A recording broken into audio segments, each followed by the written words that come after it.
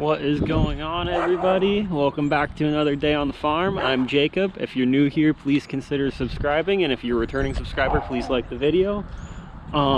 Today I'm going to be cleaning out some calf pens and maybe working on some of our tractors. We're trying to get going for the springtime here. We're actually having some decent early spring weather today. But yeah, and I might be going into the milking parlor later. I might help out with a little bit of milking and some calf feeding, just like a variety of stuff today, you know, a day on the farm, if you will. But yeah, thought I'd just give a quick update on the 7600. This is like our third string feed wagon pulling tractor, since the other ones need some work done to them.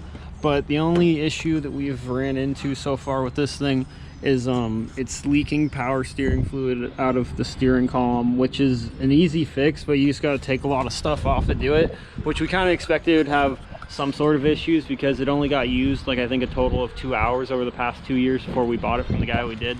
But it's pretty funny. The reason Jordan calls this thing the mini ox, because you see the size of the tractor and then the size of the feed wagon that we're pulling with it. We pull a pretty big wagon, so it dwarfs this thing. It's super small compared to it, but it's still getting the job done. We're gonna have to get that into the shop here in the next week or so to get the steering pack fixed. Like, we already have like a full brand new one sitting in there on the shelf. We just need to take out the old one, put the new one in. But right now I need to go and count how many cows are in our first string to make sure that we have the right numbers, and once I get done counting them, I will give you guys an update. All right, I went through and counted all the cows in the first, and there's supposed to be 72 in there, and there were 72, so there was nothing too weird to report on that. I didn't have to sort any cows out. But I'm back up at the calf hutches now, and these are our outdoor hutches that I've been cleaning up over the last couple of videos. Indoor ones, you know, we have for the younger calves in there. But I'll just show you guys how we're doing with these ones. These ones need straw put in them, but I have all those ones cleaned. I got these ones bedded. You know, it's looking nice, looking better up here.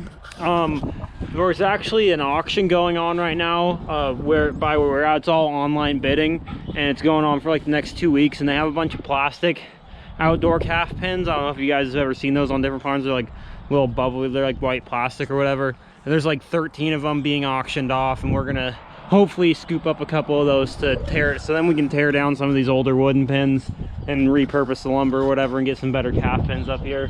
But for now, we're making do with what we got, making it look better. I think I'm gonna get the tractor, come around and get those last 2 pins pitched out, and then probably bed all these. So we will get after that. Back in the shop here with Jordan. We're trying to troubleshoot the International's PTO issues.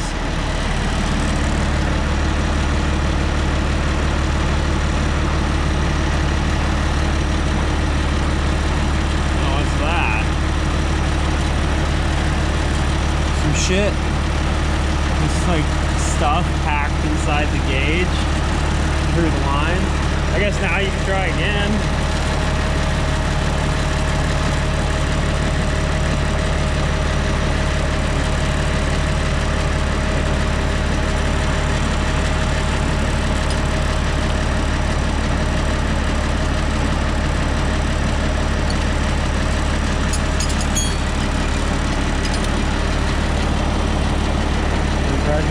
Oh yeah, that's full pressure, man, at an idle. At an idle. Nothing wrong with the pressure then. That's good. So then clutch back. Yeah. Yeah. All right. Well, that's one thing to check off the list.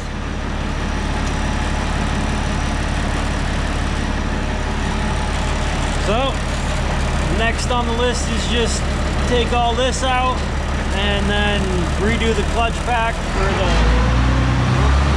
throttle interrupt on. Redo the clutch pack for the PTO, and we will have the International back. Oh yeah. Set it down. Bam! That's more than enough. Just nicked myself a bit while I was cleaning out these calf pens, but just a little scratch. I got one last one I got to clean out here. All the other ones are been cleaned, and some of them have embedded and have little calves get put into them already. And once I'm done cleaning out these pins, I'm gonna go check on Jordan. He should be taking apart the International right now, at least the PTO on it, because we have to replace the clutch pack on the International. I'm not 100% how much of that I'm going to record. It depends on how difficult it ends up being for us. I'm hoping it's a pretty straightforward process, but if we're spend a lot of time huffing and hollering and cussing, then I might not record too much. But I'm gonna try and get the bulk of it. I'm hoping that it's gonna be pretty easy. But yeah, right after I get done with this, we're gonna head over there and we'll hop to that. So I'll see you guys in like 2 seconds. These were the extra set of rims and tires that came with that 7600. They're a little bit bald, but you know, spare tread, spare rims, pretty good deal. I totally forgot the daylight savings was a thing. I was wondering why the heck it was so bright out still at like, it's past 4 now. But yeah, we got like a whole extra hour light. Ooh, Jordan's back here with a pulley, all sorts of fun stuff. Some lights, a mallet.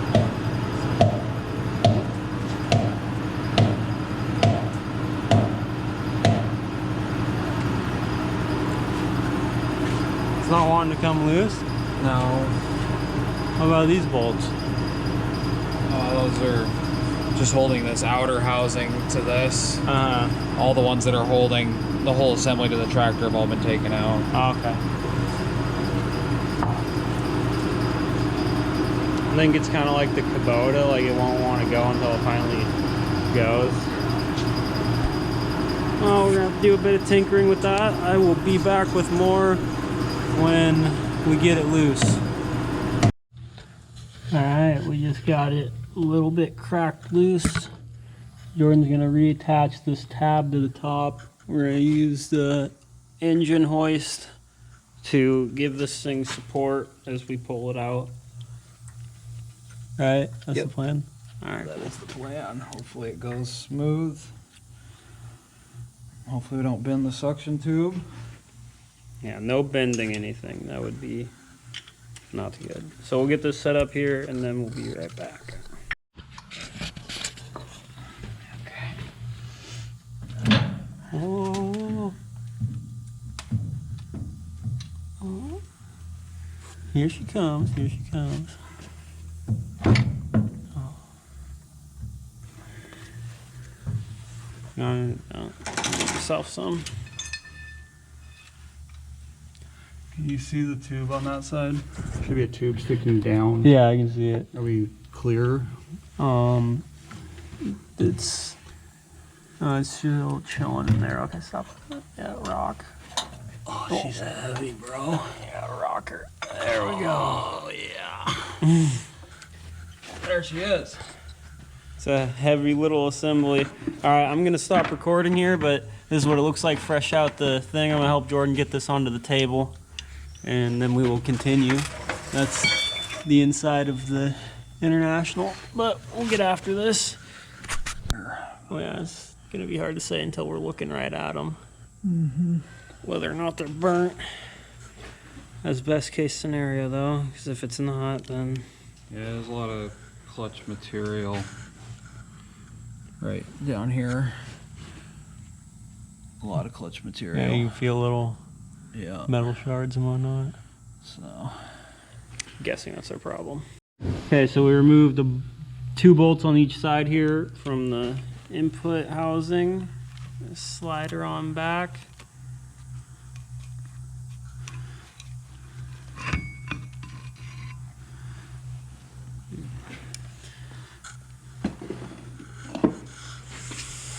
Smells a little bit burnt. it does. Smell the Yeah, you can see burntness of the clutch. this. Yeah. It's burnt for sure. Now can we start pulling those out disc by disc here? Yeah, I gotta get this has to come off, and then there's this big snap ring. Oh, just like the Kubota. Yep. Yeah. So you gotta compress it, get the snap ring off, and then it all comes out. Working. Oh, big snap ring all at once.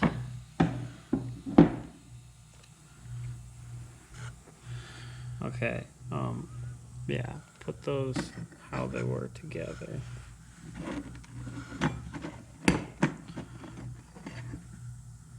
Yeah. So this was here. Then we remember.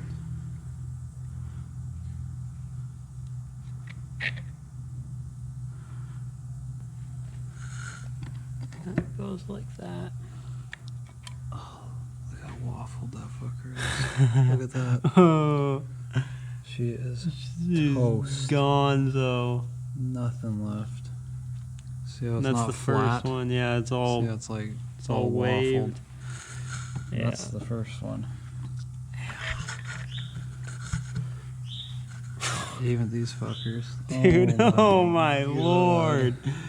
There's no There's clutch nothing left. there. There's nothing there. It's surprising that it even would move at all. Yeah. The thing's well, I think we found the problem. Hello. This Yeah.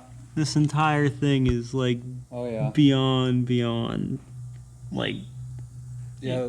extremely they're- bad. That's the worst burnt clutch pack I've ever seen. Yeah, I mean, this is- even the steel plates are bent.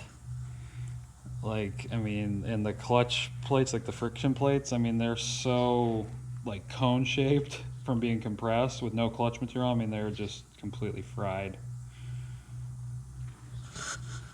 I've done a couple different ones for like the Kubota and the Ford, and Yeah.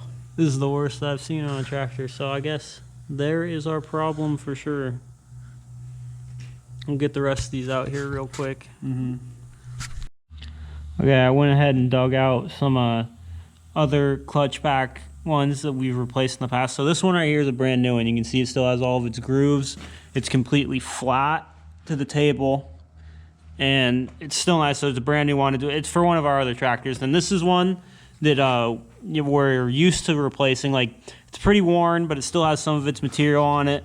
It's kind of cone, but it's still flat. And this is one of the ones that we just took out of that one. There's absolutely no material left on it. It's all completely smooth, been ground down. And if you look at it from the side, it cones up off the ground. It's not flat anymore. So like, these things are beyond toast. Like, they're so beyond burnt that it's insane. I can't believe that the PTO would even turn on. But that is actually our best case scenario here for this project, because to get the new clutch pack and everything for this tractor is only going to be $150. So we were banking on this being what was wrong with it. So we only have to spend $150. We'll have this thing back up and running, because we bought it from an auction. Jordan got it from an auction, and it already had this problem. The PTO wasn't working properly. But now that we know exactly what we need to do, should be pretty easy. The parts should be here in less than a week. We can get her fixed. So that's going to be awesome. So me and Jordan were just ragging on whoever the hell made this, like, was it supposed to be like the maintenance book for that thing? Mm-hmm. And like, it doesn't even show us like the discs or like how many it's supposed to have. It just has the picture of them. It says clutches. Like, Yeah. what was this up here? It didn't tell you how to do it, but when we were taking off that to get to the clutch pack, all it says is remove. Just take it off. Like, duh, easy. It's a good thing we're not idiots, or else we'd never get it done. No, this is the most like vague instruction book ever for doing maintenance on a tractor. Well, there's nothing more that can happen to that thing until we get some parts on the way, or the clutches, I guess. So we're gonna call it in here. I'll catch you guys in the next video. You got anything you want to say? No. Okay. All right. Well, I'll see you guys next time. Peace out.